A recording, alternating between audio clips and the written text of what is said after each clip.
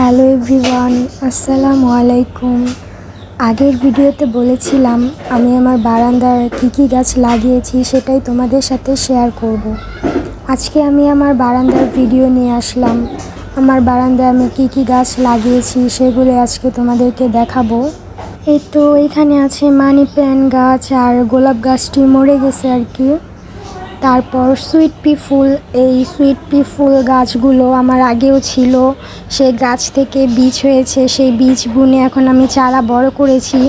যদিও গাছটি এখনও খুবই ছোট, তার জন্য এখনও ফুল ফুটেনি। তবে এই সুইট পি ফুল খুবই কার্যকারী। এই সুইট পি ফুলের দিয়ে অনেকে চা বানিয়ে খায়। এই গাছের নামটি আমার জানা নেই, যদি কেউ জেনে থাকো তাহলে কমেন্ট বক্সে বলে যেও। আর একটা কথা বলি, আমার গাছের প্রতিটা মাটিতেই দেখতে পাবে যে আমি ডিমের খোসা দিয়েছি।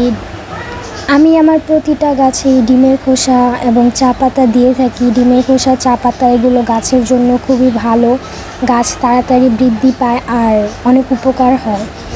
আর এখানে দেখতে পাচ্ছ যে পাতাবাহার গাছ, এই গাছটিকে আমরা পাতাবাহার গাছ বলে থাকি। জানি না অন্যান্য জায়গায় কি নামে বলা হয় গাছগুলো। তারপর এই পাশে আছে জবা ফুল গাছ। এই জবা ফুল গাছ আর বেলি ফুল গাছগুলো আমি কিনে এনেছিলাম বাহির থেকে। আলহামদুলিল্লাহ আমার এই গাছের ফুলগুলো প্রতিদিন একটা দুটা করে জবা ফুল ফুটে থাকে, আর ফুল গাছে অনেকগুলো কলি এসেছে।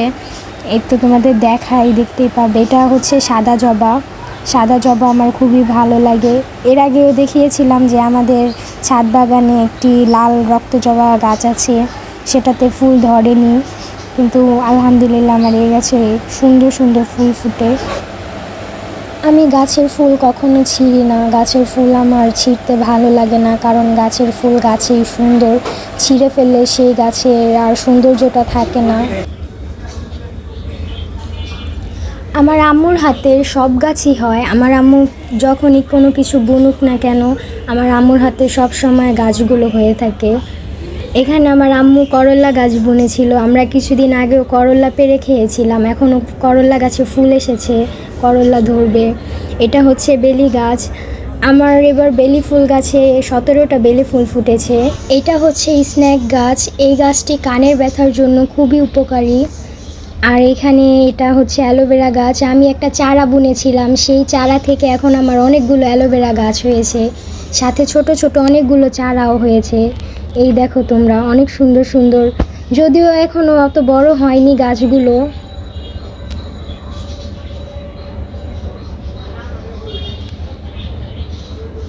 দেখো কত ছোট ছোট চারা, অনেকগুলো চারা হয়েছে। আমার পছন্দের মধ্যে একটা গাছ হচ্ছে অ্যালোভেরা গাছ। এই গাছটি আমার খুবই ভালো লাগে।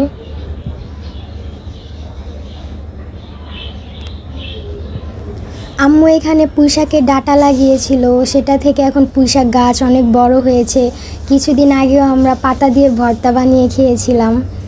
সো আজকের মতন এই পর্যন্তই। দেখা হবে নেক্সট ব্লগে। সবাই ভালো থাকবে, সুস্থ থাকবে। আল্লাহ হাফেজ।